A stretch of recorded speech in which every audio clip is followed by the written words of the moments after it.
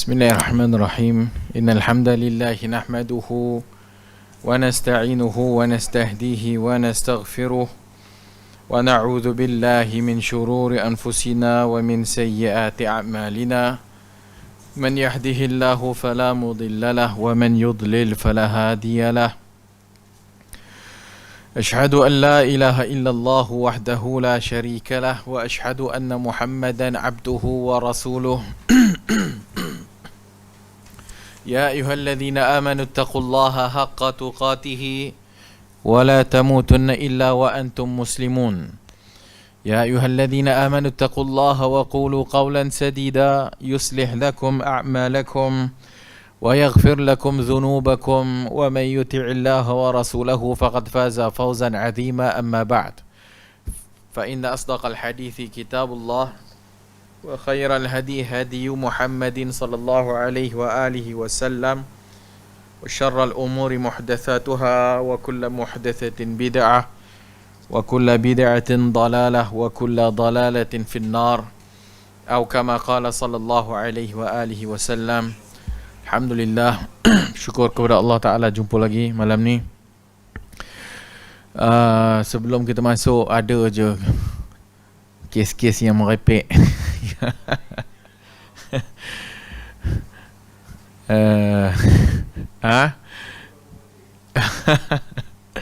Zikir hu.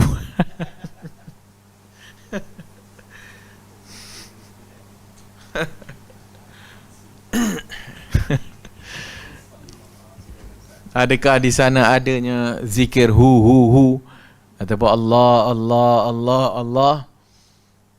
Hak ni jelas adalah merupakan bid'ah. Hak ni bid'ah dalam agama. Saya tengok video Mamat tu. Yang sebelumnya dia punya ritual tu lah. Lepas tu ada program dekat negeri yang tersebut buat satu majlis penerangan agaknya. Dan dia menjelaskan dalam konon-kononnya dalam sesi ataupun slot dia itu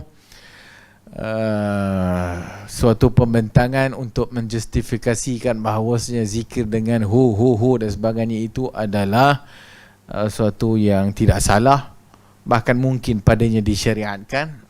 Tetapi dalam pembentangan tersebut tak ada satu pun dalil yang dibawa. Tak ada satu pun dalil yang dibawa untuk menyatakan bahawasanya zikir Allah dipanggil zikir mufrad ataupun zikir dengan hu menggunakan dhamir ataupun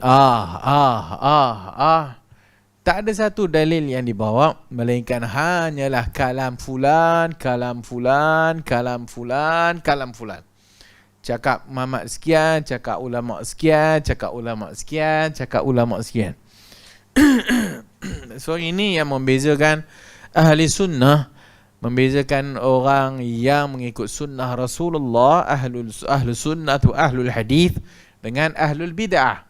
So apabila dibentangkan dan dia bawa lah kalam ulama tu, kalam ulama ni nampaknya macam akademik, nampaknya macam ada dalil. Maka dia mengelirukan orang. Apa dia dalil? Kalam para ulama memerlukan sokongan kepada dalil. Dalil tak memerlukan sokongan kepada para kalam ulama. Kalam ulama mesti bawa dalil.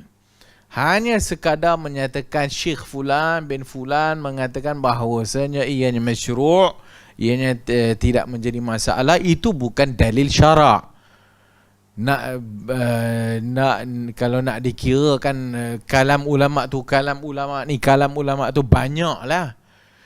So dalam masalah zikir mufrad, umpamanya Allah, langsung tak ada dalil yang dibawa daripada ayat Quran sendiri ataupun hadis Nabi sallallahu alaihi wasallam, dan juga kalam para sahabat pun tak ada, amalan para sahabat pun tak ada, dan juga para ulama-ulama yang diikuti yang terkenal, hatta bermula dengan imam mazhab yang 4, Imam Malik pun tak ada di bawah kalam tersebut, tak ada pun kalam daripada Abu Hanifah, Tak ada pun kalam daripada Al-Imam Syafi'i, tak ada pun kalam daripada Ahmad ibn Hanbal, melainkan hanya naqalan dan naqalan. Nukilan daripada sekian-sekian, nukilan daripada sekian-sekian. So itu modus operandi ahlul bid'ah. Allah diambil kadang-kadang dalil yang ikut nafsu semata-mata. Ambillah daripada ayat Quran, qulillah, katakanlah Allah. Itu dalil zikir Allah. Sedangkan semua perkataan dalam Al-Quran qulillah adalah menjawab kepada soalan sebelumnya. Siapakah, kalau kamu tanya kepada mereka, siapa yang menciptakan langit dan bumi? Allah. Kalau kamu tanyakan siapa yang menurunkan hujan? Allah. Kalau kamu tanyakan kitab yang diturunkan kepada Musa alaihissalam yang memberi petunjuk, katakan Allah. Bukan dia suruh zikir Allah. Dia menjawab, kalau nak ditanya kepada mereka ni, siapa dia yang menurunkan kitab yang dibawa oleh Musa? Allah. Maksudnya Allah lah yang menurunkan kitab. Bukan maksudnya Allah itu zikir mufrad. Bukannya suruh Allah. Itulah ahli bidah. Hanya sekadar ada perkataan, dalil. Bawa hadis Nabi. La taqumus sa'ah, tak akan berlaku kiamat sehingga tak ada lagi atas muka bumi ni orang kata Allah. Dalil. Maka tak ada akan berlakunya kiamat sehingga akan tak adanya di bumi ni orang yang berkata Allah. Itu dalil zikir Allah. Yang menafsirkan hadis yang terbaik adalah hadis Nabi. Hadis menafsirkan hadis. Maka dalam riwayat yang lain disebutkan dengan jelas bahawasanya tidak akan berlakunya kiamat sehingga tidak ada lagi orang yang menyebutkan atas muka bumi Allah ini la ilaha illallah. Maka hadis menafsirkan hadis. Bukan hanya ambil hadis ketui, tempik ini dalil. Sebab tu metodologi, baca buku Dr. Zaimi, metodologi cara nak faham hadis. Bukan hanya seketui hadis kau bawa kau faham begitu. Hadis kalau nak faham, bawa semua hadis yang menceritakan tentang benda tu dalam satu tempat. Baru kita akan faham apa maknanya, kerana hadis menafsirkan hadis, ayat Quran menafsirkan ayat Quran. Maka ada dia pandai dia. Beli buku ni, baca.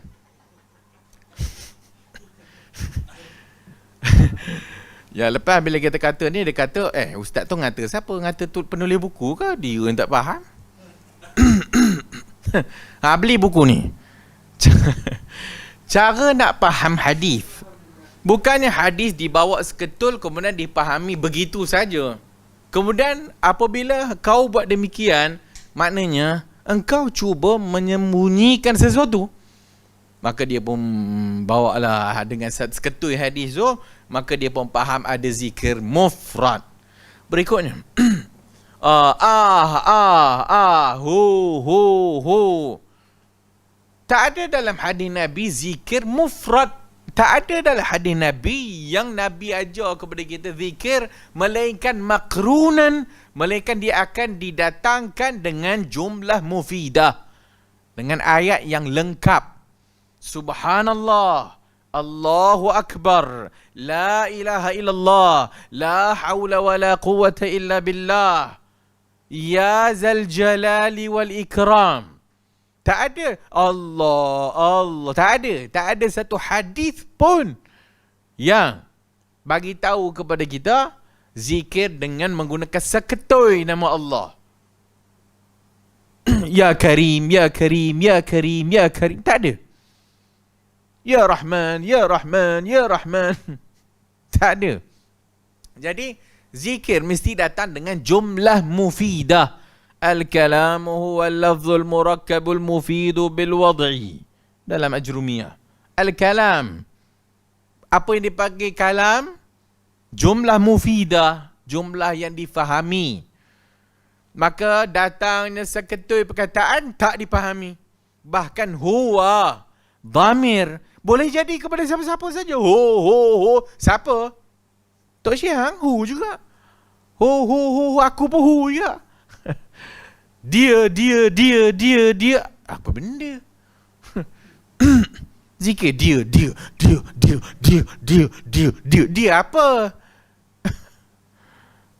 Dia pun tak tahu apa benda dia zikir. Apa benda? Kita duk sibuk lah sebut dalam apa nama raja kita. Tengok macam mana cara sebut nama raja tak? Punya panjang kan. Tak disebut seketoi je nama dia. Dan kalau disebut seketoi je nama dia diulang-ulang, itu namanya main-main. K.A. Apa benda ni? Baling kah? Main-main nama orang Walillahil masalul a'la. Bagi Allah tu perumpamaan yang lebih tinggi lagi. Mana ada orang zikir guna nama seketoi? Nama seketoi al-la'ib, main-main dalam berzikir kepada Allah Azza wa Jalla. So tak ada dalam hadis Al-Quran, tak ada.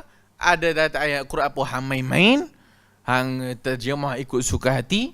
Kemudian guna pula satu hadis ataupun hadis yang tidak sabit. Hadis yang menyebutkan da'u ya'in al-anin, dan disebut dalam hadis tersebut al-anin al-anin ismun min asma'illah. Al-anin, dia kata ismun, salah satu nama daripada asma Allah, daripada nama-nama Allah Azza wa Jalla. Al-anin. Apa benda al-anin ni? Ta'awuh, rintihan. Anin, orang sakit. Anin. Dalam bahasa Arab disebut dalam Qamus Al-Muhit umpamanya, banyak dalam kamus Arab. Al-anin dalam bahasa Arab datang dengan berbelas-belas makna ataupun datang dengan berbelas-belas lafaz. Lafaz anin tu. So anin boleh jadi anin jugalah anin. Ataupun awah, ayahwah. Itu semua anin. Itu masuk dalam lafaz anin. Jadi kalau kau nak pakai hadis tu, satu tidak sabit, dhaif, tidak sabit kepada Nabi. Dia kata al-anin ismun min asma'illah. Al-anin salah satu nama dari nama-nama Allah. Hadis tidak sabit. Maka hadis tidak sabit tidak boleh mensabitkan sesuatu. Sedangkan nama Allah tauqifiyah. Nama Allah tauqifiyah. Kalau kita tengok tadi lafaz anin yang pelbagai lafaz itu, macam-macam tu, adakah kita nak kata itu semua nama Allah? Nama Allah nama Allah nama Allah apa benda? Itu tidak dipahami. Tapi itu adalah lafaz-lafaz yang memberi makna al-anin. Tak ada ulama yang kata demikian. Bawa kalam Ibn Hajar pula. Al-Imam Ibn Hajar menjelaskan tentang lafzul a'zam atau ismul a'zam. Nama Allah yang agung, al-a'zam. Apa dia nama Allah yang agung? Ada beberapa banyak hadis yang sahih tentang al-mannan. Kalau kau minta Allah Ta'ala akan mustajabkan. Ada perkataan yang disebut Ismullahil A'zam. Nama Allah yang agung. Yes, ada hadis. Al-Imam Ibn Hajar bawa dalam Fathul Bari. Dia hanya ambil seketui je. Yang dia nak tu lah. Ismul A'zam ni, nama Allah yang agung ni, ulama' sendiri khilaf. Ulama' berbeza pandangan. Ada tak yang dinamakan, yang disebut sebagai Ismullahil A'zam? Maka al-qaulul awal, qaul yang pertama, sebahagian para ulama yang menyatakan qaul yang pertama ini tidak ada yang dinamakan Ismul A'zam. Kerana nama-nama Allah itu tidak dibeza-bezakan. Semua nama Allah azam. Semua nama Allah itu agung. Semua nama Allah adalah Ismul A'zam. Maka tak ada yang dinamakan Ismul A'zam seketui. Hak ni, ini Ismul A'zam. Ini dak. Hak ni dak. Kerana semua nama Allah itu husna. Semua nama Allah Ta'ala itu azim. Semua nama Allah Ta'ala, walillahil asma'ul husna fad'uhu biha. Bagi Allah itu nama-nama yang husna, berdoalah dengan menggunakannya, semua sekali. Maka pandangan yang pertama, tidak ada yang spesifik Ismullahil A'zam. Maka mereka menyatakan bahawasanya pandangan yang pertama tadi tak ada. Maksudnya nama Allah tidak dibeza-bezakan, semuanya azam. Yang kedua, Ismullahil A'zam adalah nama Allah yang Allah tidak khabarkan kepada mana-mana makhluk. Hanya ista'thara, Allah menyembunyikan dalam ilmunya. Allah menyembunyikan dalam ilmunya. Tak ada siapa di kalangan makhluk yang tahu yang mana satu Ismullahil A'zam. Pandangan yang ketiga ada. Pandangan yang ketiga menyatakan ada bagi Allah Ismul A'zam, sebahagian yang warid dalam hadis-hadis Nabi sallallahu alaihi wasallam. Banyak. Maka Al-Imam Ibn Hajar menyebutkan ada 14 pandangan dalam menyatakan Ismullahil A'zam itu apa dia. Al-Imam Ibn Hajar menyebutkan dalam Fathul Bari ada 14 pandangan. So pandangan yang ketiga kata ada Ismul A'zam, tapi mereka berselisih pandangan antara satu sama lain yang mana satu Ismullah yang A'zam ni, nama Allah yang paling agung. Maka disebut oleh Al-Imam Ibn Hajar antaranya huwa, kemudian disebut Allah, kemudian disebut Allahur Rahmanur Rahim, kemudian disebut Ar-Rahmanur Rahim Al-Hayyul Qayyum, kemudian disebut Al-Hayyul Qayyum, Al-Hannan, Al-Mannan, La ilaha illallah. Banyak 14 pandangan lah. Ada 14 pandangan. Ada pandangan yang ke-15, Huwallah, Allah, Allah. Ada. Disebut. Tapi, apa yang disimpulkan oleh Syekh Al-Albani rahimahullah? Maka Al-Imam Ibn Hajar menyatakan dalam Fathul Bari 14 pandangan tentang Ismullahil A'zam ini, dan dia bawakan dalil-dalil yang dipakai oleh ulama-ulama yang menyatakan 14 pandangan tu. Maksudnya yang kata huwa ada dia bawa dalilnya, ada dia bawa Allah, ada dia bawa dalilnya, Ar-Rahman, Ar-Rahim dia bawa dalilnya. Ada yang bawa dalil dengan hadis yang sabit, ada yang hanya menyebutkannya berdasarkan pandangan semata-mata. Sebagaimana pandangan yang ke-14 kata dia, iaitu huwallah, Allah, Allah, disebabkan dalam mimpi satu orang yang bertanya, wahai Tuhan, apakah dia namamu yang A'zam? Allah pun kata huwallah, Allah, Allah. Itu mimpi, tak ada dalil. So ada yang bawa dengan dalil, ada yang bawa dengan tak ada dalil. Poin yang utamanya adalah Ismullahil A'zam ini diperselisihkan oleh para ulama. Okey, no problem nak kata huwa, ada. Huwa. Berdasarkan Allahu la ilaha illa huwa. Huwa. Tetapi dia tidak datang dengan hanya seketul huwa. Dia nak bagi tahu. Katakan Musa la ilaha illa huwa. Huwa. Satu hal lah, tu satu. Dua, walaupun dinyatakan dengan pelbagai pandangan ulama tentang Ismullahil A'zam, tetapi dia tidak bawa pandangan yang menyatakan bahawasanya maka berzikirlah dengan huwa, huwa, huwa, huwa. Tak ada. Dia membahaskan tentang nama Allah yang Azam. Dia tak bahas tentang bolehnya berzikir dengan lafaz mufrad huwa, huwa, hu. Maka semuanya itu tak datang, melainkan datang daripada jalan sufi, jalan tarekat sufi.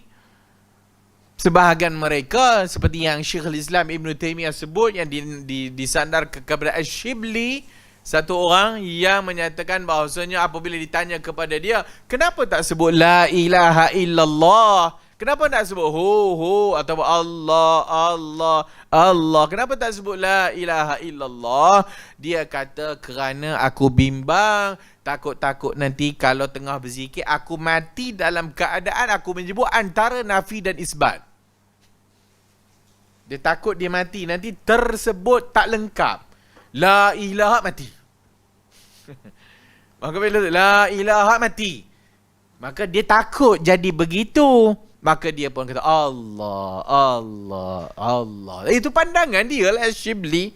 Kata Syekhul Islam Ibn Taymiyah, mudah-mudahan Allah Ta'ala ampunkan dia disebabkan iman dia kepada Allah Azza wa Jalla. Tapi itu bukan dalil. Itu bukan dalil yang nak diamalkan oleh puak-puak merepek ni. Nama saja doktor, nama saja ustaz, nama saja bidang usuluddin, tahap pun dia mengaji pun tak tahu. Dia tak habis-habis, dia berzikir sufi dia tu lah. Khatam khawajakan, whatever dan sebagainya. Maka apabila kita sebut bahawasanya lafaz Allah mufrad tidak dizikirkan dengannya oleh Al-Quran. Al-Quran tak suruh kita zikir dengan lafaz mufrad. Al-Quran sunnah tak suruh kita berzikir dengan lafaz mufrad.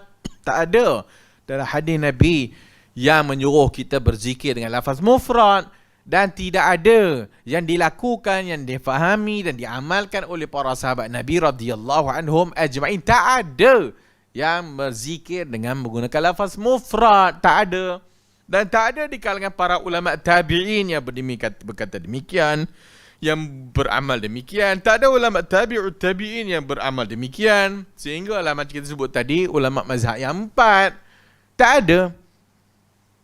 Sehingga macam kita sebutkan tadi, pandangan Al-Imam Ibn Hajar sebut antara Ismullahil A'zam sendiri, antara pandangan pertama tadi, tidak ada Ismullahil A'zam. Kerana semua nama Allah itu Al-A'zam dan tidak ada boleh dibeza-bezakan. Antara yang berpandangan demikian Al-Imam Abul Hasan Al-Ash'ari. Al-Imam Abul Hasan Al-Ash'ari berpandangan tidak ada Ismullahil A'zam yang khusus. Kerana nama Allah tidak dibeza-bezakan yang tadi tu, dan selain Al-Imam Al-Tabari dan sebagainya. Jadi jelas kita just nak bagi tahu pada malam ini bahawasanya bawalah kalam ulama mana pun, nanti dulu sebelum bawa kalam ulama, bawa dulu dalil Quran dulu. Bawa dulu dalil hadis. Lepas tu bagaimana cara kau nak faham Quran dengan hadis tu, mesti dengan cara faham Abu Bakar, Umar, Uthman, Ali dan para sahabat Nabi radhiyallahu anhu ajma'in. Dan berikutnya, ada tak di kalangan ulama-ulama yang diikuti berpendangan dan beramal demikian? Kalau hanya nak kata Al-Imam Syafi'i bukan tarekat, Imam Abu Hanifah bukan tarekat, tak payah ambil lah. Ngarut je pokok ni. Ngarut. Habis Al-Imam Syafi'i mengajar apa? Mengajar batal tak batal wuduk je. Imam Abu Hanifah mengajar apa? Imam Abu Hanifah mengajar babi halal, babi haram je. Tu je. Taik ni najis ke tak? Tu je dia mengajar. Habis Imam Abu Hanifah tak ada bab tazkiyah. Al-Imam Syafi'i tak ada bab tazkiyah. Imam Malik tak ada bab tazkiyah. Imam Ahmad bin Hanbal tak ada bab tazkiyah. Sehingga yang kurang, yang kemudian lebih pandai dan lebih hebat daripada ulama-ulama yang sebelumnya untuk menyatakan apa benda yang korang buat dan sebagainya. Dan kita ulang balik, apa yang dinyatakan itu langsung tidak ada dalil yang menyokong kepada perbuatan itu, melainkan hanyalah kalam daripada ulama-ulama hak yang dia nak ambil je. Itu pun dinakal oleh Ibn Hajar dan sebagainya. Belum lagi sebahagian ulama-ulama sufi. Ulama-ulama sufi juga yang mengingkari perbuatan tersebut.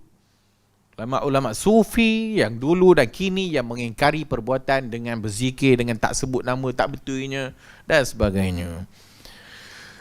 apa nama seorang ustaz tu tulis, bila datang bab Nabi sibuk nak Sayyidina lah, tak Sayyidina lah, punya nak hormat, apa sebut Allahumma salli ala Muhammad, kurang hajar, tak ada adab. Tapi bila disebut nama Allah, beradab sungguh tu. Beradab. Beradab tu. Ini main-main. Sangat tidak beradab kepada Allah Azza wa Jalla. Allah ada nama-nama dia, sebutlah. Bagi penuh sikit.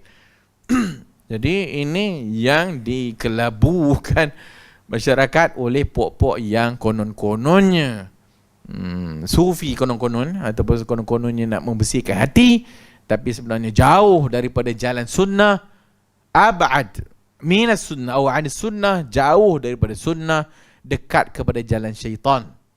Maka ni hak yang disebut oleh Syekhul Islam Ibn Taymiyah rahimahullahu ta'ala anhu. Tak kira lah nak ambil Ibn Taymiyah, tak kisahlah. Tak nak pakai Ibn Taymiyah, tapi ambil kalam dia tu. Boleh lawan tak kalam dia tu? Tak boleh juga. Jadi yang penting apa-apa pun dalam Islam, bawa dalil. Kita tidak berzikir dengan cara yang tak diajar oleh Nabi. Kerana dengan melalui Nabi lah kita tahu bagaimana cara mendekatkan diri kita kepada Allah Subhanahu wa ta'ala. Dalam cara beribadat telah ditunjuk dan diajar oleh Nabi kita Muhammad sallallahu alaihi wasallam. Jadi ikut hak Nabi kita. Jangan ikut hak orang yang tak pasti dan sebagainya. Macam kita sebut tadi, kalam para ulama mesti dibawa dalil untuk menyokong kalam tersebut.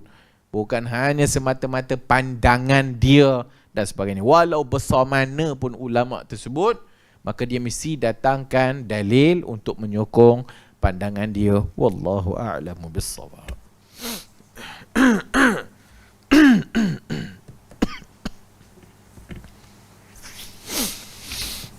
Kita sambung dalam hadis Bulughul Maram.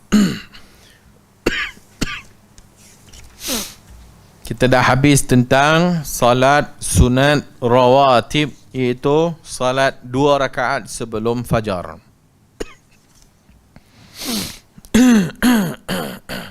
Yang terakhir adalah hadis Abu Hurairah radhiyallahu anhu qala Rasulullah sallallahu alaihi wa alihi wasallam إذا صلى أحدكم ركعتين قبل صلاة الصبح فليضطجع على جنبه الأيمن رواه أحمد وأبو داود الترمذي وصححه. Dari Abu Hurairah qala Rasulullah, Nabi sallallahu alaihi wa alihi wasallam bersabda, "Idza shalla ahadukum rak'atain qabla salati subhi," apabila salat salah seorang kamu 2 rakaat sebelum salat subuh, falyattaji' ala janbihil ayman, hendaklah dia baring di atas ala janbihil ayman, di atas lambung bahu belah kanannya. Rawahu Ahmad wa Abu Dawud at-Tirmizi wa sahhahahu. Diriwayatkan oleh Ahmad, Abu Dawud, Al-Imam at-Tirmizi, dan disahihkan oleh beliau.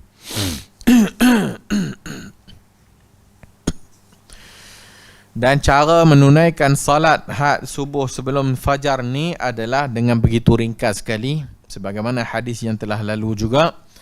Kata Aisyah radhiyallahu anha, Nabi sallallahu alaihi wasallam, dalam hadis juga Abu Hurairah, Nabi membaca qul ya ayyuhal kafirun qul huwallahu ahad. Kata Aisyah radhiyallahu anha, seolah-olahnya aku lihat seolah-olahnya macam Nabi tidak membaca Al-Fatihah.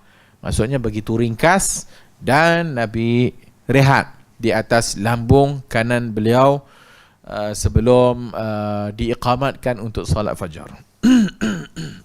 Berikutnya hadis yang ke-295. Wabihi wa an ibn Umar qala radhiyallahu anhuma qala Rasulullah sallallahu alaihi wa alihi wasallam, salatul laili mathna mathna, فإذا خشي أحدكم الصبح صلى ركعة واحدة يوتر له ما قد صلى. متفق عليه وللخمسة وصححه ابن حبان بلفظ صلاة الليل والنهار مثنى مثنى وقال النسائي هذا خطأ. Dari Ibnu Umar katanya, kata Rasulullah sallallahu alaihi wasallam, salat malam itu masna masna, 2 rakaat 2 rakaat. Fa idza khashiya ahadukumus subha, apabila salah seorang kamu bimbang akan masuknya waktu subuh, salla raka'atan wahidatan, maka salatlah 1 rakaat, tutiru lahu ma qad salla, witir, menutup ma qad salla, menutup apa yang telah disalat sebelumnya. Hadis Al-Bukhari dan Muslim. Dalam riwayat Ibn Hibban dengan lafaz salatul laili wan nahari mathna mathna, salat malam wan nahar dan siang itu mathna mathna. Qala an-Nasa'i, berkata al-Imam an-Nasa'i, hadha khata'un, kata al-Imam an-Nasa'i ini salah, iaitu hadis sahih biduni zikri an-nahar, hadis yang sahih tanpa menyebutkan siang. Hanya malam saja. Salatul laili masna masna. Tidak ada penyebutan lafaz an-nahar, iaitu siang. Sebagaimana hadis yang disebut tadi oleh Ibn Hibban, salat malam dengan siang dua-dua. Tak ada perkataan siang kat situ.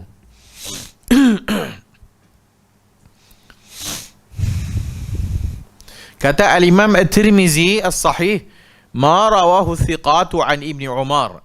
Yang sahihnya apa diriwayatkan oleh as-siqat dari Ibn Umar, falam yazkuru fihi, dan tidak disebut padanya salatun nahar, salat siang. Antara yang mendhaifkan tambahan an-nahar Ibn Sa'id, Al-Imam At-Tirmizi, Wan-Nasa'i, dan Syekh al-Islam Ibn Taymiyah rahimahullah. Salatul lail ay adaduha wa huwa mubtada'un khabaruhu mathna. Jadi perkataan salatul laili yang dimaksudkan dengan hadis ini bilangannya, ay adaduha, bilangannya, iaitu disebut salatul laili, bilangannya itu mathna. Mathna, 2 rakaat, 2 rakaat. Marfu'un bi annahu khabarul mubtada' wa bila tanwin li'annahu ghayra munsarifun lil wasfi. فإذا خشي أحدكم الصبح أي فوات الليل بطلوع الصبح. Apabila disebut, apabila kamu bimbang nak subuh, maksudnya bimbang matahari naik ataupun fajar menyingsing, itu yang dimaksudkan hadis itu apabila bimbang masuk dah waktu subuh, maka ringkaskan, buat 1 rakaat.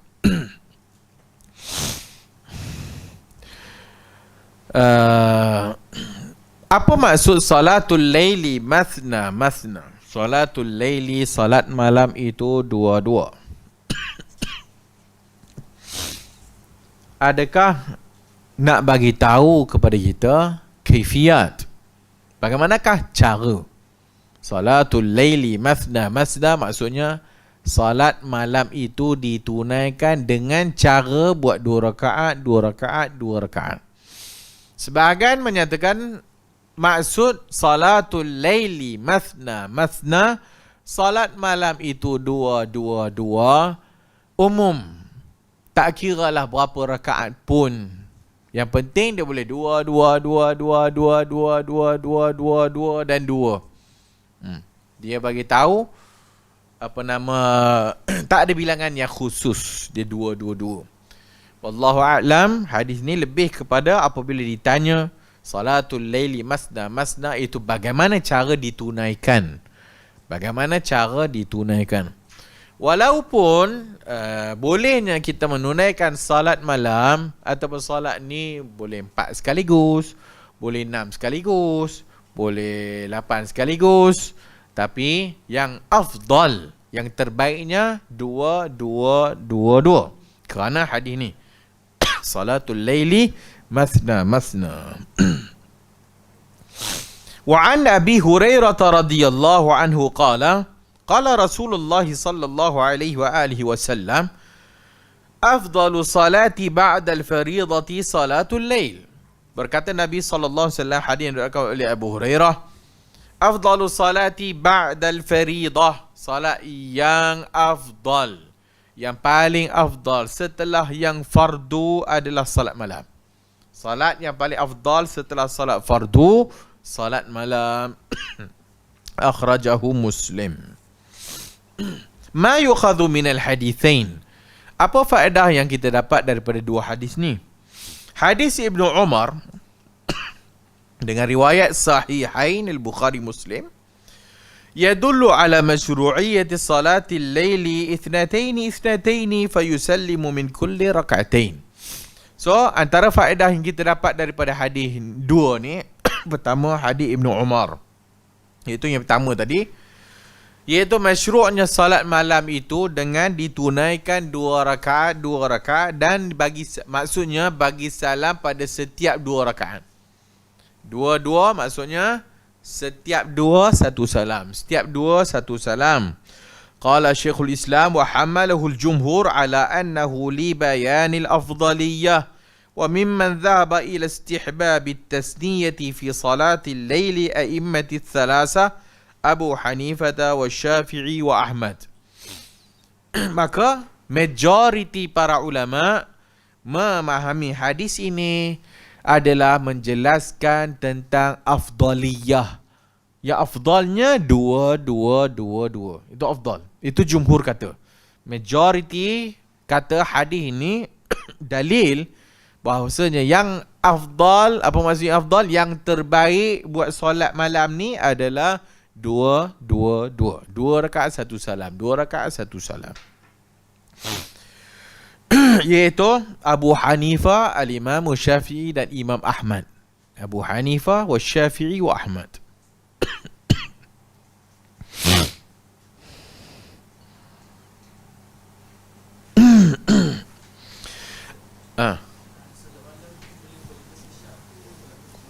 Solat malam boleh buat lepas isyak ke, ataupun mesti tidur dulu ke, ataupun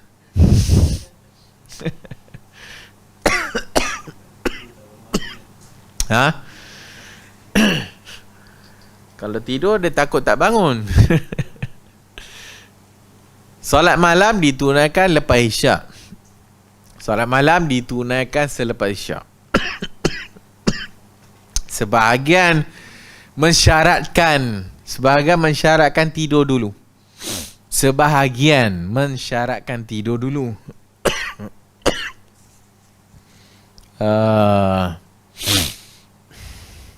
Apa ayat tu?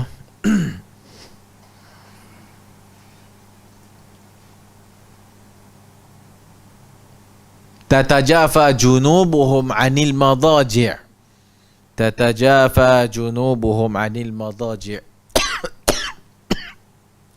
Yad'una rabbahum khaufan wa tama'a. Tatajafa junubuhum, orang yang tatajafa junubuhum maksudnya bangkitlah. Bangkit 'anil madaji', daripada tempat pembaringan. Maka bila disebut tatajafa junubuhum 'anil madaji', bermaksud tidur dulu. So tidur dulu, kemudian baru bangkit solat malam. Surah Sajdah, sebahagian berpandangan bahawasanya tidak disyaratkan. Tak disyaratkan solat malam mesti tidur dulu. Yang penting ia dilakukan setelah isyak. Sebagaimana yang kita buat tarawih. Tarawih itu adalah qiyamul lail. Tarawih qiyamul lail.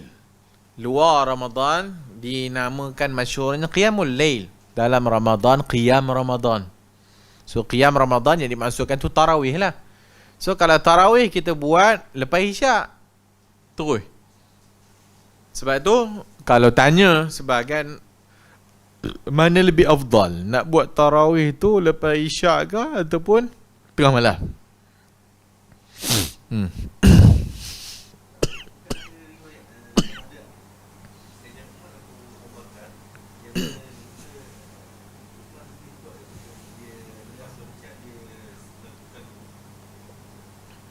Witir. Tu witir. Siapa bimbang takut tak bangkit, maka dia boleh solat witir sebelum tidur. Siapa yang rasa dia boleh bangkit seperti Umar, maka dia lewatkan. Maka dia solat witir nanti, malam nanti. Abu Bakar buat sebelum, kerana dibimbangi takut tak bangkit. Tu witir. So kalau ditanya mana lagi afdal, solat malam dah tentu yang afdalnya sepertiga akhir malam, kan?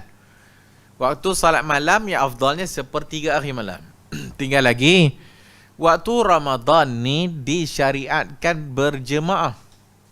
Waktu Ramadan disunatkan, bahkan sunnahnya berjemaah.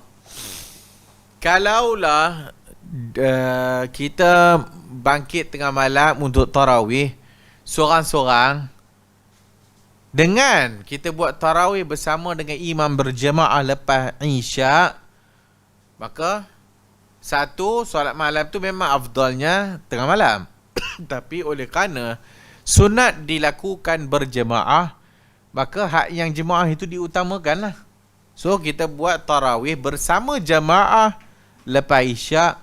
Kalau sekiranya kita tidak boleh mendapatkan jemaah kalau bangkit tengah malam, Kalau sekiranya zaman sekarang orang banyak buat macam tu. Lepas isyak pun ada orang solat.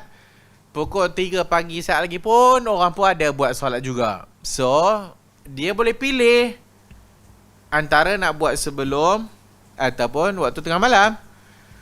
Oleh kerana ada jemaah tengah malam. Dan solat malam itu memang tempat afdalnya tengah malam. Maka pilihlah yang tengah malam tu. Faham?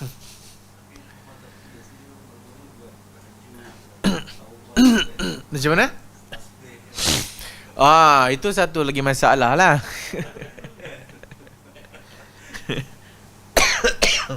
Yang jadi masalah kita sekarang ni, macam kita sebut lah sebelum ni kan, masjid-masjid sebahagiannya okay, marilah sama kita buat dia. Yang pertama kita buat solat tahajud.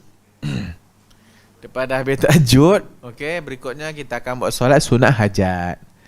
Lepas tu kita akan sambung dengan solat sunat tasbih. Boleh lah juga, tapi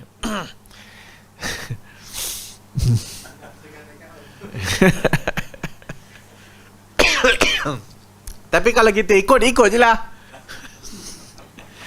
Ya, kita buat solat dua rakaat. Dia nak lantak kau lah. Kau nak taubat ke, kau nak hajat ke, kau nak apa-apa ke. Yang penting air solat dua rakaat. Tinggal lagi dia buat tasbih. Dia buat tasbih tu belum dah la ilaha illallah, la ilaha illallah. Nyanyi pula dia semayang. Pelik sungguh.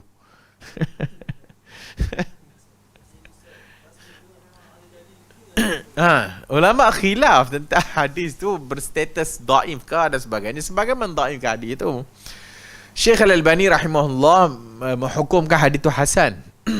Hadis tu hasan yang menceritakan tentang kaifiyat buat solat tasbih tu. Hadis hasan sabit. Sebagaimana disebut oleh Syekh Al-Albani rahimahullah, sebahagian orang berdalilkan oleh kerana peliknya cara semayang ni, maka ianya dhaif. Dan Syekh Al-Albani kata, tak, kita bukan mendhaifkan hadis kerana pelik tak pelik. Kenapa kita boleh solat jenazah tak ada rukuk dengan sujud? Tak pelik. Tapi kenapa kita solat jenazah dengan 4 kali takbir? Tak ada rukuk, tak ada sujud. Sebab dalil. Maka oleh kerana dalil tentang solat tasbih itu sabit, maka itulah caranya. Maksudnya caranya apa? Maksudnya caranya lepas Fatihah dengan surah tasbih, kemudian rukuk tasbih, i'tidal tasbih, sujud tasbih, sujud kedua tasbih, bangkit tasbih. Banyaklah kan. Kalau tak boleh kalau tak boleh setiap malam ni, yang apa, sebulan sekali, tak boleh sebulan sekali, setahun sekali, tak boleh setahun sekali, seumur hidup sekali. So hadis itu sabit dengan cara demikian. Tetapi kalau dibuat pula dengan cara hak yang macam orang kita buat, subhanallah walhamdulillah wa la ilaha il bid'ah, itu bid'ah. Yang duduk berzikir kuat-kuat nyanyi ke apa? So solat tasbih lah. Tutup lampu lagi sebab nak menangis.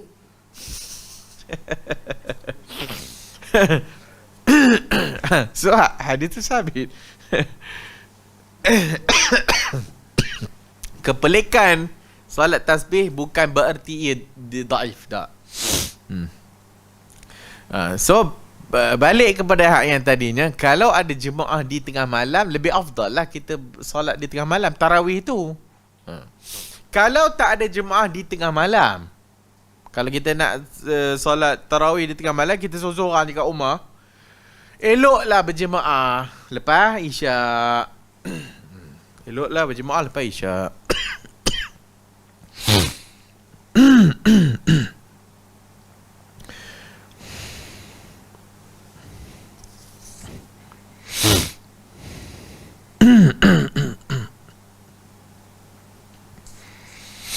So itu tentang afdaliyah yang disebut tadi. Majority ataupun jumhur berpandangan hadis itu nak menunjukkan afdaliyah.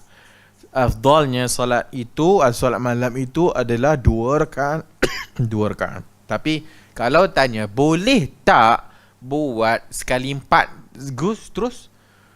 Boleh. Ataupun dia solat witir dengan 11 rakaat, witir 8 rakaat dengan 1 salam. Boleh. Boleh. Tapi bila disebut tentang afdaliyah, eloklah 2-2-2 kerana Nabi kata salatul laili masna masna.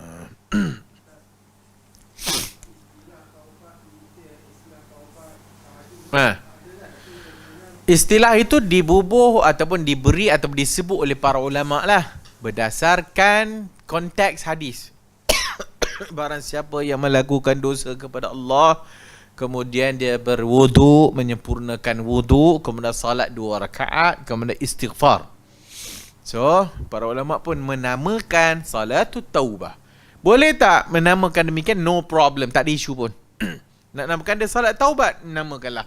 Sebab hadis tu menyebutkan sesiapa yang buat dosa ambil wudu, kemudian istighfar atau salat 2 rakaat kemudian istighfar. Maksudnya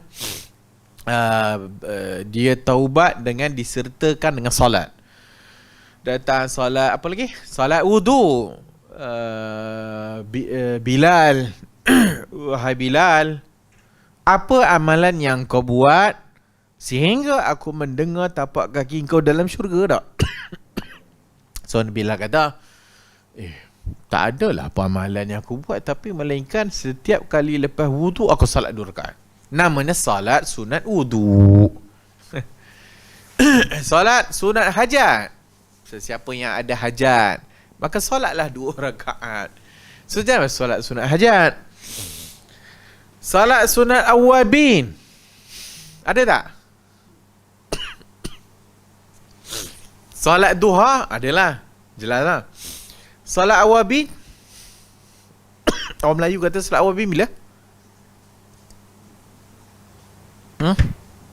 Lepas maghrib 6 rakaat kan? Lepas maghrib 6 rakaat. Yang sahih salat awabin adalah salat duha. Salat awabin itu adalah nama lain bagi salat duha. Kerana Nabi kata tidak yang menjaganya itu malaikat awab, malaikat orang awab, malaikat orang yang balik kepada Allah. Itu duha. Salat duha. So awabin adalah salat duha. Tak ada dalil salat awabin merujuk kepada 6 rakaat lepas maghrib ataupun di antara maghrib dengan isyak. Salat sunat isyraq. Salat sunat isyraq bila? Sebelum duha. Mana datangnya?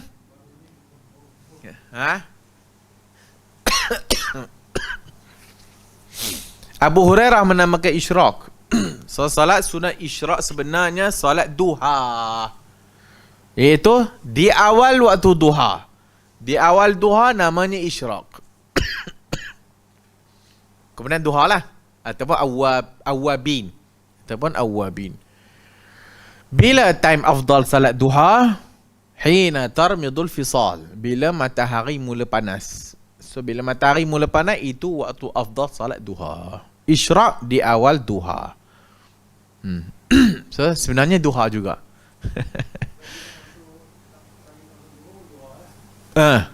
Bila habis waktu duha, qubailiz zuhur. Bila nak dekat zuhur habis. Bila nak kira dekat zuhur, kita tak boleh solat waktu matahari pacak atas kepala. So sebelum tu lah. Sebelum terpacaknya matahari, sebelum tengah hari buta tu kata orang, maka habislah solat duha. Jangan solat duha waktu matahari dah pacak atas kepala tu, waktu haram solat. Apabila dia tergelincir, baru masuk zuhur. Bila matahari tergelincir, baru zuhur. Bila dia terpacak betul atas kepala, haram solat. Waktu haram solat. Habis sebelum tu 15, 20, 25.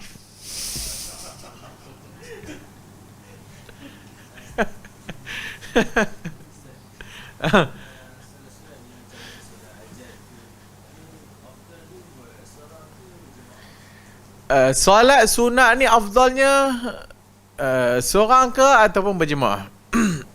Al-aslu seorang lah. Asal seorang. Maksudnya solat sunat ni asalnya seorang. Tapi boleh tak dia buat berjemaah? Boleh. Sekali-sekala boleh lah. Ataupun di rumah dia nak jemaah sekali dengan anak bini dia, boleh. Tapi ha?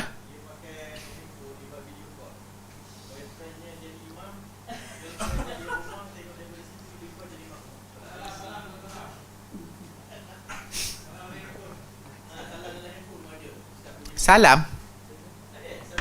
Salam dalam handphone.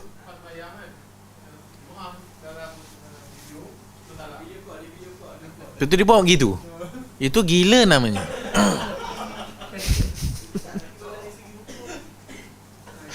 Ha? Itu tak nama jemaah namanya. Tak bersambung jemaah ke benda apa itu?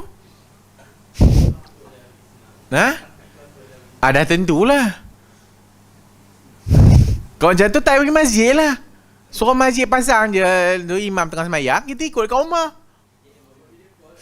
Sebab video call. Itu tak nama jemaah. Yang dikatakan jemaah tu adalah solat bersama dengan imam, saf yang bersambung, saf tidak putus. Itu jemaah. Ha? Itulah ikut sangat Yahudi.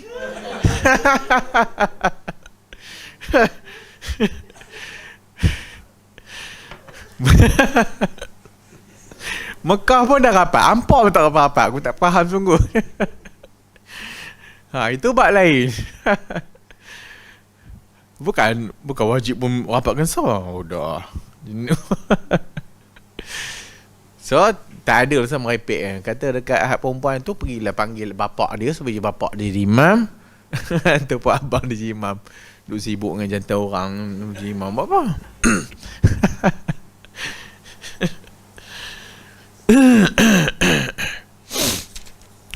Yang akan datang kita masuk dalam salatul witri. Salatul witri. Wallahu a'lamu bis-shawab.